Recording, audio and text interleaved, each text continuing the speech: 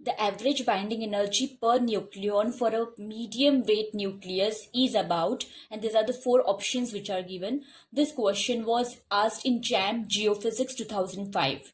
Answer for this is 8 MeV. I will explain this. And second question is binding energy per nucleon for the nuclei 4He, 56Fe, 197Au and 235U are given by B1, B2, B3 and B4 respectively. This binding energy satisfy the order. And we have these are the four options which are given. This question was asked in JAM Geophysics 2006. So remember this curve, always this graph, and it will help you solve many objective type numericals. So this is the binding energy per nucleon curve with respect to atomic mass number. So suppose this is the 20, 40, 60. I'm just drawing a rough.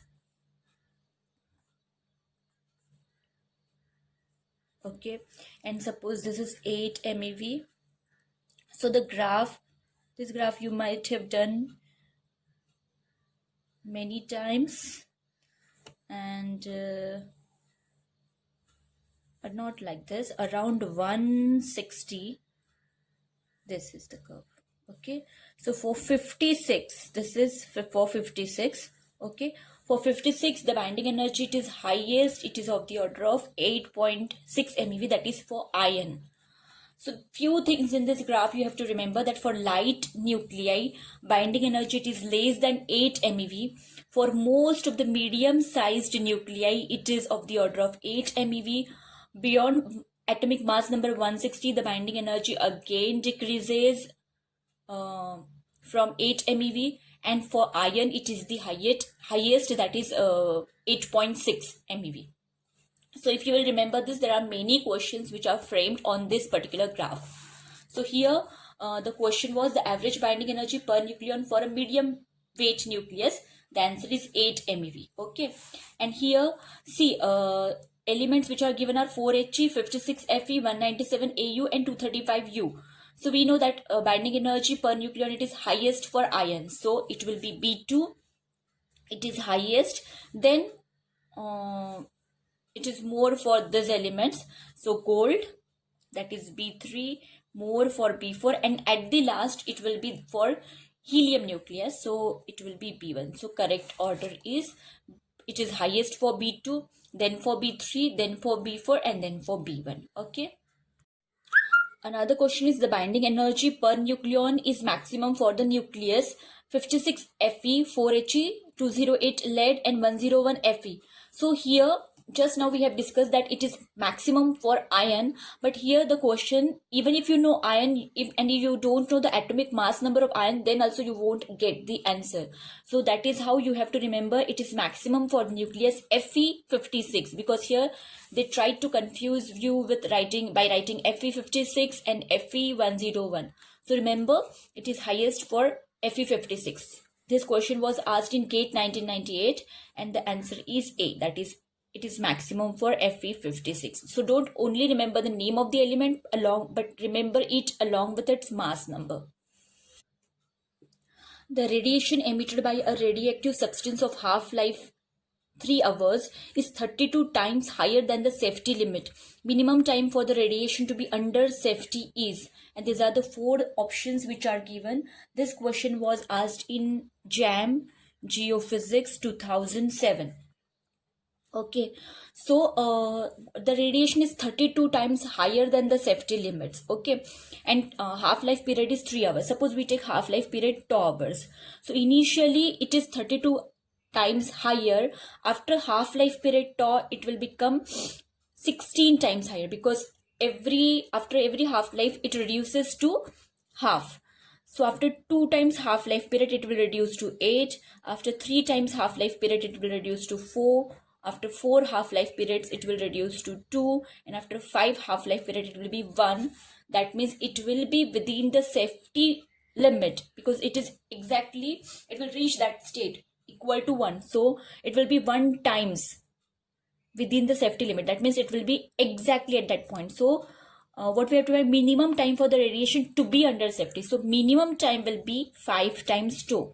So it is 5 multiplied by half-life period is 3 hours. So answer is 15 hours.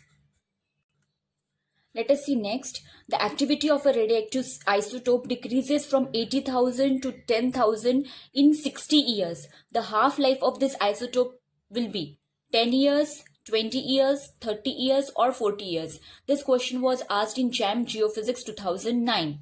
Okay, so what is given in the problem?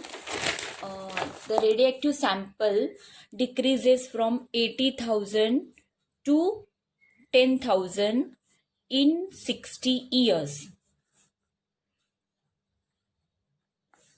That means it has reduced 1/8 in 60 years. So 1/4 होने के लिए कितना time लगेगा? It will be 1/4 के लिए 30 years. 1/2 के लिए, suppose half होने के लिए it needs tau time. So this is 2 tau. This is 3 tau. So 3 tau, it is equivalent to 60 years. So tau, it is equals to 60 by 3. It is equals to 20 years.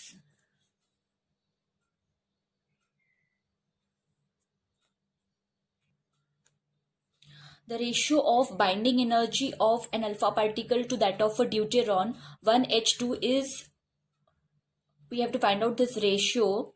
And mp c square, mn c square, m alpha c square, md c square values are given, and these are the 4 options which are given. This question was asked in JAM Geophysics 2010. What we have to find out? We have to find out ratio of binding energy of alpha particle to the ratio of binding energy of deuteron. ये हम लोग को find out करना है. We know that alpha particle, it consists of 2 protons and 2 neutrons. So mass of 2 protons plus 2 neutrons minus mass of alpha particle into c square. This will be binding energy of alpha particle. Deuteron, it consists of 1 proton and 1 neutron. So mass of 1 proton plus mass of 1 neutron minus mass of deuteron into c square will give us binding energy of deuteron. Okay, so c square will get cancelled. So we will get a ratio. So here, if you mass of proton is given, mass of neutron is given, mass of alpha particle it is given, or we can keep the c square as it is. So these are the masses in terms of energy. So you can, for masses also you can substitute these values. There is no problem. So if you will substitute all these values, 2mp, 2mn minus m alpha and all, so you will get value equal to 13. So by ratio of binding energy of alpha particle to binding energy of deuteron, it comes equal to 13. So just check if you are getting the same answer. The total nuclear binding energy of nuclei except for light mass nuclei having mass number A is generally proportional to, and these are 4 options which are given. This question was asked in JAM Geophysics 2011. So always remember, you have to remember this, that total nuclear binding energy, it is proportional to A. So remember this. Okay. Next is the mean momentum of a nucleon in a nucleus with mass number A varies as. 4 options are given. This question was asked in GATE 2000. So we know that maximum uncertainty in position, it is equals to R. And we know that according to Heisenberg's uncertainty principle, delta X into delta P, it is equals to H cross by 2. So delta P, it will be equals to H cross upon 2 into delta X. And delta X value is R. So I can write delta P equals to H cross upon 2R. So H cross upon 2, we know that R equals to, we have seen this equation many times, R equals to R0 a raised to 1 by 3. So 2 times R value I have substituted as R0 a raised to 1 by 3. So delta P, as this H cross 2, R0, all these are constants. Delta P, it is proportional to a raised to minus 1 by 3. So remember this, that mean momentum of a nucleon in a nucleus with mass number A is proportional to a raised to minus 1 by 3. Third one is volume of a nucleus in an atom is proportional to. These are the 4 options which are given. This question was asked in GATE 2004. Remember that volume of a nucleus, it is proportional to its atomic mass number.